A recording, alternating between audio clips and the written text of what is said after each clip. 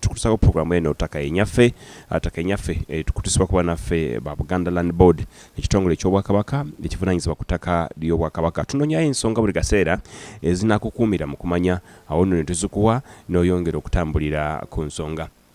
Olunaku olwaleero atutunuulidde ekitongole kino ekya Buganda Land Board engeri gye kitambuzaamu emirimu ate oba oliawo okutuuka mu mwezi guno gwennyini gwe tulimu ogwa 11 mwaka guno ogwa 2022. Tusazeewo okuwayamu n'omwogezi w'ekitongole kino era nga y'omu kwabo abaddukanya ate ne branches ez'enjawulo oba abavunanyizibwa okulaba nti branches zikuweereza mu ngeri esinga ddala okubeera ey'omulembe. Munnamateeka Dennis Bugaya tugenda kwogera ku nsonga nyingi naye njagala sooka tuwa ekifaananyi ate eky'emirimu nga bwe gitambula mu kitongole ekya Buganda Land Board. Emirimu mu kitongole kya Ssaabasajja Kabaka ekya Buganda Land Board twatandika omwaka guno nga tugoberera okulambikibwa okwatuweebwa kabineti ya Ssaabasajja Kabaka n'olukiiko lwa Buganda nti tusengeka emirimu mu biruubirirwa bye tulina okukola.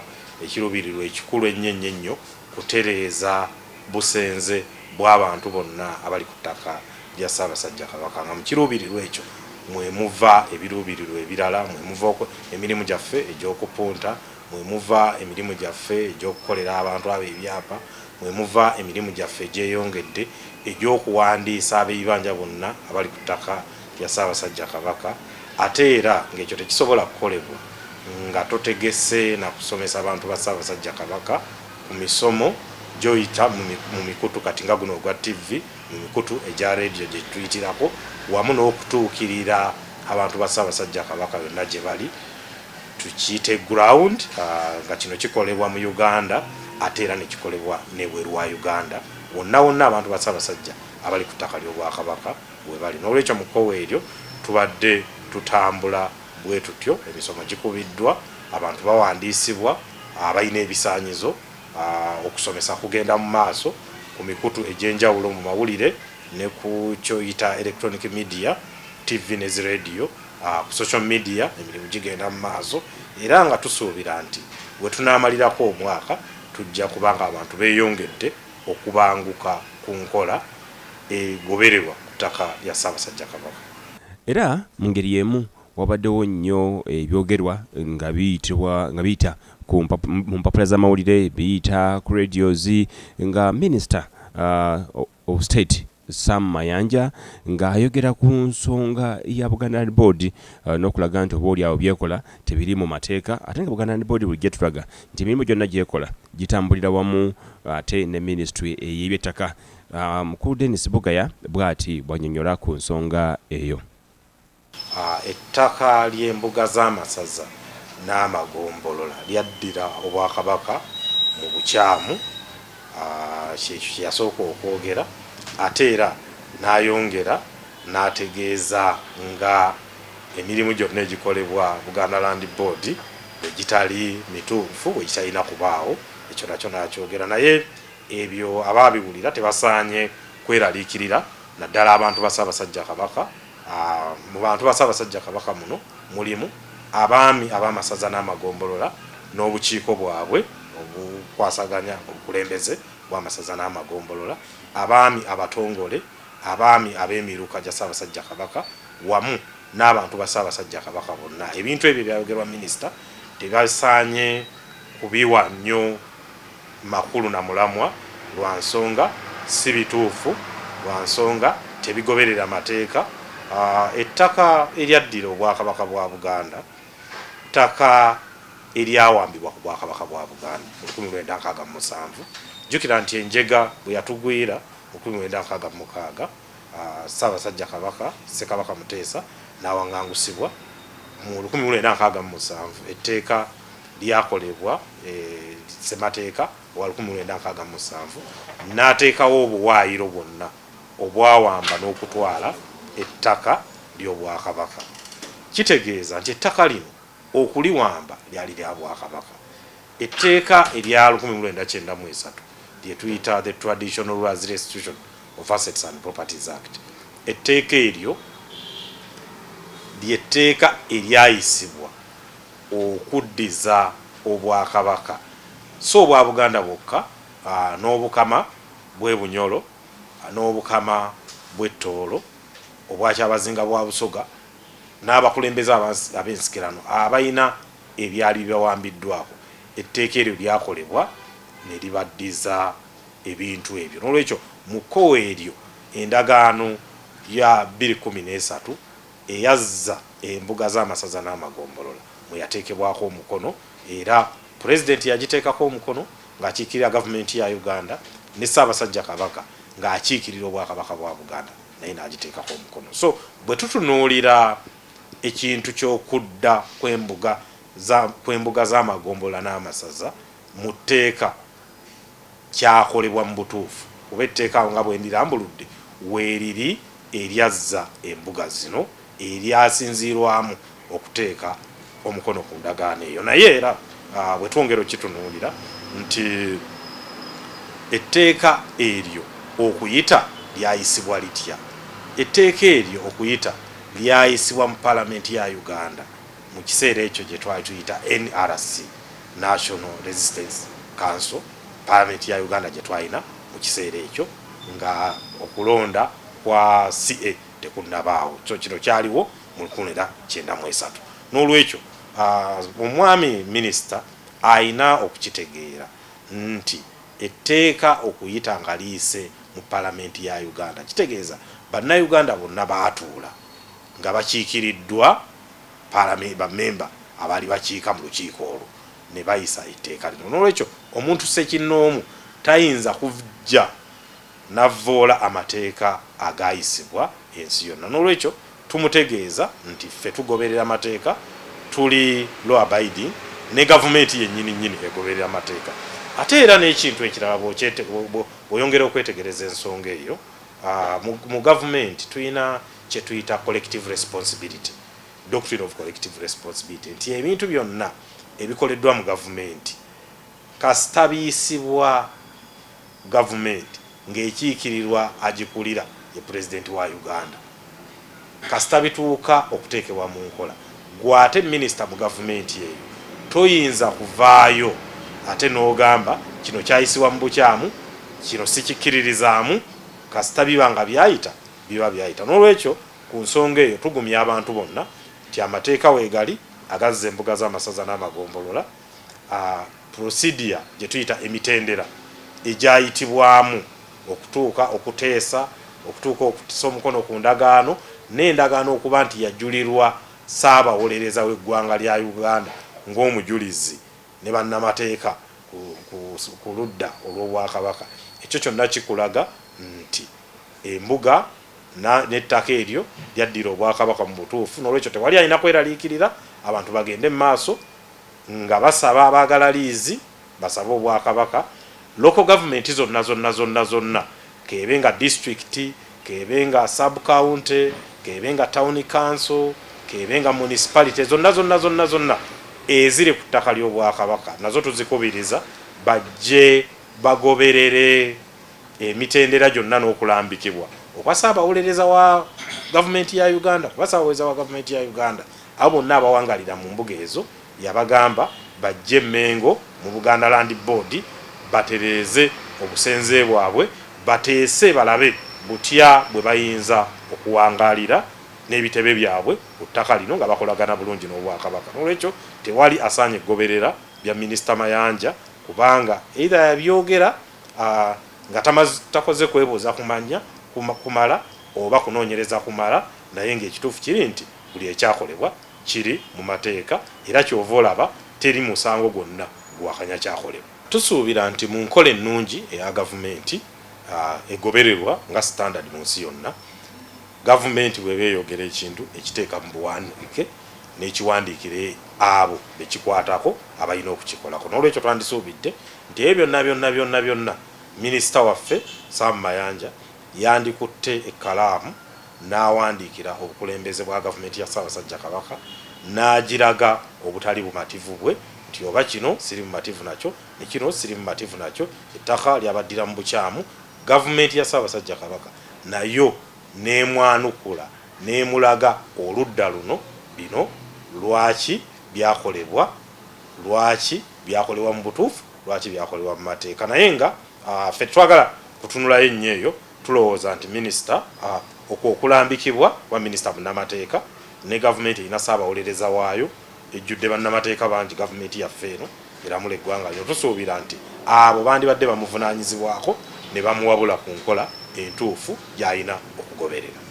Gye bavuddeko waliwo enkayana ku ttaka ly'ekigo Buganda Land Board ng'etegeeza bulungi nti ettaka lya Ssaabasajja Kabaka ate era nga ye Hamukigundu ne kampuni ye ya Kiam nga bagamba nti ettaka lyabwe bwoya ensonga zagenda mu mbuga kukakana nga Registra asazzaamu ekyapa kya Kiam naye ate kati obutugidde olunaku olwaleero nga Ham yazzeeyo dda mu mbuga z'amateeka okuwaabira Ssaabasajja Kabaka ne Registra ku nsonga z'ekyapa kyekimu. Dennis Bugaya bw'ati bw'annyonnyola ku nsonga eyo. Bagenda ne bakola ebyapa ebyekimpatiira ku ttaka lya Ssaabasajja Kabaka eririraanye Mirembe Villas n'eririraanye Serena Kigo erimanyiddwa obulungi buli muntu nti eri ettaka lyaki lya Bwakabaka. Olukujjukujju lwakolebwa ebyapa ne bikolebwa era ffe olw'okubanga Obwakabaka tugoberera nnyo era twettanira nnyo enkola egoberera amateeka twateekayo okwemulugunya kwaffe mu ggwandiisizo ly'ebyapa erya Uganda mu ofiisi gye tuyita eya Commissioner and Registration. Commissioner and Registration ye mukungu wa gavumenti akulira okuwandiisa n'okuwanduukulula okw'ebyapa mu register ya Uganda yonna evunaanyizibwa ku byapa. N'olwekyo twayita mu tteeka bulungi ne tusaba ne tumugamba nti wakola ensobi okufulumya ebyapa bino ku ttaka lino kuba byalinako ebyapa eby'Obwakabaka bwa Buganda. Tuli basanyufu nti era Commissioner yakkaanya naffe mu mwezi ndowooza gwali gwa 8 n'agamba weewaawo ensobi yakolebwa okuwa omwami Hamisi Kigundu ebyapa era n'amulagira abizzeeyo bisazibwemu era nga ne bw'atabizzaayo ennaku bwe ziggwako 6 biba bisazibwamu automatically. Naye etteeka lye limu lye twasinziiramu limuwa eddembe beetu bw'abanga si musanyufu nakisaliddwawo Commissioner and Registration okujulira mu kkooti mu nnaku 6 era twali tukisuubira ku ngeri gye tumumanyiiko nti munnaffe oyo era ajja kuddukira mu kkooti kubanga enkola gy'abadde akolamu ffenna ebadde mu ttaala yonna tugimanyi bw'abadde akolamu emirimu gye era gy'abadde teriri busa wiiki eno n'addukira mu kkooti yawaabidde Ssaabasajja Kabaka wa Buganda n'awaabira ne Commissioner and Registration ku luno ng'abavunaana nti Commissioner and Registration yasazaamu ebyapa bye mu bukyamu. N'olwekyo ng'asaba kkooti ekyuse okusalawo kwa Commissioner and Registration okusazaamu ebyapa Commissioner and Registration n'ategeeza nti ettaka lya Kabaka. N'olwekyo Hamisi yagenze mu kkooti ng'ayita mu kampani ye ya Kihamu n'awaabira Ssaabasajja Kabaka wa Buganda nga amulanga kukolagana na Commissioner and Registration akulira eggwandiisizo ly'ebyapa okusazaamu ebyapa bye. Ffe tugoberera amateeka era ng'Obwakabaka nga Buganda Land Board tugenda naffe kuwaayo empoza yaffe mu High Court ya Uganda tugiragire ddala nti ebyapa bino byasazibwamu mu butuufu era tewali nsonga yonna kooti gye beesinziirako kugamba nti ekyakolebwa okusazaamu ebyapa bino kyali kikyamu. N'olwekyo bannamateeka baffe beetegese empaba zaffe tuli mu zitereeza ennewozaako zaffe tuli mu zitereeza buli kimu kye tusuubira tikijja kutambula bulungi kuba ffe tugoberera amateeka tetwagala kukola bintu byonna bitagoberera amateeka era tusuubira ti Ssaabasajja Kabaka ajja kuvaayo na buwanguzi ku nsonga eno kubanga okutyoboola ettaka ly'Obwakabaka bwa Buganda oluusi kubadde kuyitiridde naye saagala kwogera bisingako ebyo kuba ensonga bwebanga yatuuse mu kkooti z'amateeka tetwagala kuddaawo twogere nti tujja muwangula bwetuki tujja kukozesa kino wano yawaabye bubi wano yakoze bwati ebyo tugenda birekera kkooti era tumanyi nti bannamateeka baffe ne Buganda Land Board ne Royal Chambers ne bannamateeka baffe abalala ab'ebweru wa Buganda nabo bajja tuyambako tusobole okuggusa ensonga eyo. N'olwekyo tewali asaanye kweraliikirira. Ssaabasajja Kabaka bw'aba yatwaliddwa mu kkooti omwami oyo, abavunaanyizibwa ku kuwolereza Ssaabasajja Kabaka ensonga bagenda gikwata bulungi era ejja kugguka. Ekituufu kiri nti ekigo awo mu kitundu ekyo tewali ttaka litali lya Bwakabaka. Ettaka lyonna lya Kabaka erigwa ku lusuku olwa square mile 350 ez'Obwakabaka. N'olwekyo Ssaabasajja Kabaka kwe yasinziira okwo n'awa wooteeri eyo gaggadde eya Serena Kigo liizi tusuubira zimu ku wooteeri ezisinga of course ennene ne mu East Africa yonna liizi n'agiwa, ate n'ateekawo ne partnership n'Abachina abazimba ennyumba eza Mirembe Villas. Byebyo ebikulu ebiri okwo, naye nga okuddako emabega awo ettaka lino lye twogerako ekitundu ekisinga lyali kkomera ly'ekigo. Ekkomera eryo lyabanga lya gavumenti ya Bwakabaka edda nga federal government enakola ki tennagibwawo, era ebyapa weebiri. N'olwekyo si kipya lino ettaka lya Bwakabaka erikoze eki erimanyiddwa, naye ate era ku byapa byonna eby'Obwakabaka olw'okuba byakubwa mu myaka gya 1915, 1920, 1923, 1925, ebyapa bino bigazi nnyo. Waliwo ebitundu ku byapa bya Ssaabasajja Kabaka nga olutobazi luli mu kyapa ki? Mu kyapa ekyokulabirako bw'ogenda mu Lubigi oyo yonna nga bw'omuyitamu wano ku Northern Bypass, ekyo kyonna kyapa kya Ssaabasajja Kabaka ekya 203. Ne National Water Plant eyo gy'olaba mu Lubigi naye etudde ku ttaka lyaki lya Kabaka wa Buganda. N'olwekyo ebyapa by'Obwakabaka bibaako erya Zentobazi, naye ensonga eyo yagendera ew'omuwabuzi wa gavumenti gwe tuyita Solicitor General nga Nema yeebuuza ne Ministry yali ya Water and Environment nga yeebuuza ebyapa ebiriko entobazi naye nga ebyapa ebyo byakolebwa ekitongole kya Nema tekinnajja mu mateeka biyisibwa bitya. Era omuwabuzi wa gavumenti eya wakati mu by'amateeka bwe tuyita Solicitor General naawe okuwabula kwe mwaka gwa 2011 n'agamba ebyapa ebiriko entobazi tezitaataaganyizibwa, wabula tewalina kubaawo byapa bipya bifuluma luvannyuma lwa ssemateeka wa 95 nga bitwaliramu entobazi. N'olwekyo okwe kulambika kwa gavumenti ffenna kwe tukola ki kwe tutambulira. Naye omwami ono yajja n'akuba ekyapa nga kikwata mu ttaka lya Ssaabasajja Kabaka ate ne kigenda ne kikwata ne mu kye tuyita Lake Reserve. So ffe nga tuwakanya ekisooka nga tugamba tosobola kutuuza kyapa ku kirala, era lipooti zonna ezaafuluma ne zikiraga bulungi nti ekyapa kino kirina sections nnyingi ezituula mu kyapa kya Ssaabasajja Kabaka. Ate era lipooti ze ezimu ne zikiraga nti ate section eyandibadde nga tetuula eno ate etuula mu reserve ya nnyanja kyoyita embalama z'ennyanja oba obusizo bw'ennyanja. N'olwekyo nga n'ekyo mu mateeka nakyo kikyamu. So eno talina n'eri talina. Lipooti eya Nema weeri, lipooti z'abasaveya weeziri, byonna zibiraga z'abantu abali tekiniko. N'olwekyo omulabi wa terefayina twagadde tumuwe ekifaananyi ku nsonga eyo agitegeere nga bwekola ki nga bweri. Tubadde tubategeeza bulijjo nti Buganda Land Board ensimbi zonna zegenda maaso n'okufuna oba esasulwa kezibeeza busuulu kezibeeza bintu birala byonna naye nga bikwatagana ku nsonga z'attaka tezirina kujja mu mpeke. Awo nno Dennis Buga yannyonnyola lwaki basazeewo ekyo ensimbi okuba nga ziyita mu bank oba n'okukozesa emitendera emirala giyitibwamu okusobola okukola enteekateeka eno ey'okusasula ensimbi. Mu nkola yaffe eya Buganda Land Board tetu encouraginga tetukubiriza nnyo bantu kwettanira kusasula ssente mu mpeke kyewandiise cash. Lwaki? Buganda Land Board kitongole ky'Obwakabaka ekigoberera emitendera gyonna egy'Obwakabaka ate n'egya gavumenti eyaki eya wakati. Nga bwe mugenze mwetegereza enkola zonna ezirimu okusasula ssente z'empeke zigenze zidibizibwa.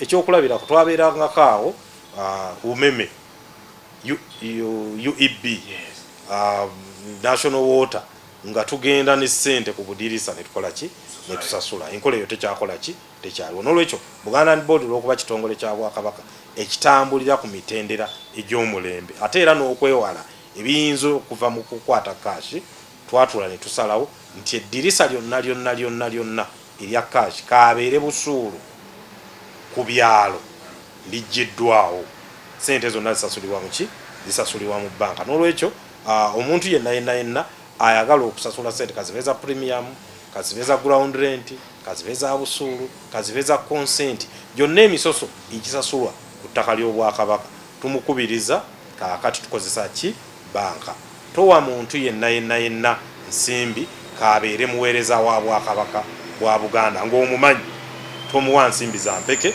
ssente zonna zisasulwa mu ki zisasulwa mu banka ng'olina okukola ki kwatagana ttabi lyaffe funa akakongo akasasula mu banka oba genda mu banka obagambe nze nza kusasula bya Buganda Land Board ojja kuweebwa omukisa bakuyise mu nkola nga bwebeera ate enkola nyangu nkola nyimpi nkola tebuzaabuza ne munnaffe gwogambye nti ye mukadde ebintu tabitegeera bulungi naye ajja kuba awabulwa kuba ate bakulu baffe bajjajja baffe bazadde baffe ate oluusi batusinga n'okutegeera ki n'okutegeera ebintu ebyo n'olwekyo tukubiriza abantu ba Ssaabasajja Kabaka tosasula ssente zonna mu mpeke oba mu kaashi eri muntu yenna kasita oba nga kyosasulira kikwatagana ne Buganda Land Board kikwatagana n'ettaka ly'Obwakabaka n'olwekyo tokkiriza oli akugamba nti akatabo kaakano mpaka kinkuwa erisiiti ebyo byonna tebiriiwo enkola eyo teriiwo yaggiddwawo n'olwekyo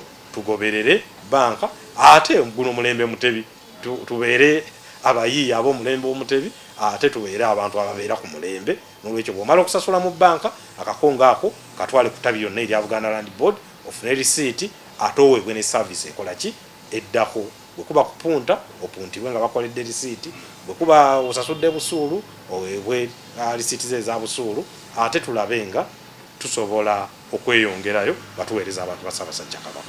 Kakasa nti byonna bye tukuwadde olunaku olwaleero birina kye bikugasseeko era ojja kwongera okumanya ensonga z'ettaka. Bwattu Dennis Bugaya bw'asobodde okutunnyonnyola olunaku olwaleero.